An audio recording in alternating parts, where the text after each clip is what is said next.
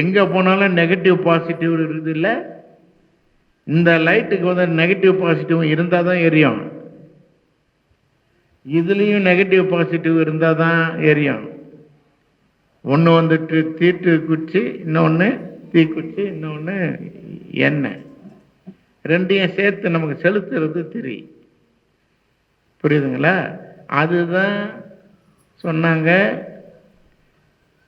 சப்ஜெக்டுக்கு நேராக வந்து உட்கார்றேன் நான். சைவத்துக்கு சொன்னா சரிகை, கிரிகை, யோகம், ஞானம். அதுக்கு பாடினாரு, சரிகையில் ஈசன் சரவடிவாய் நின்றான், கிரிகையில் மந்திரத்தில் கிட்டி அருகிருந்தான்,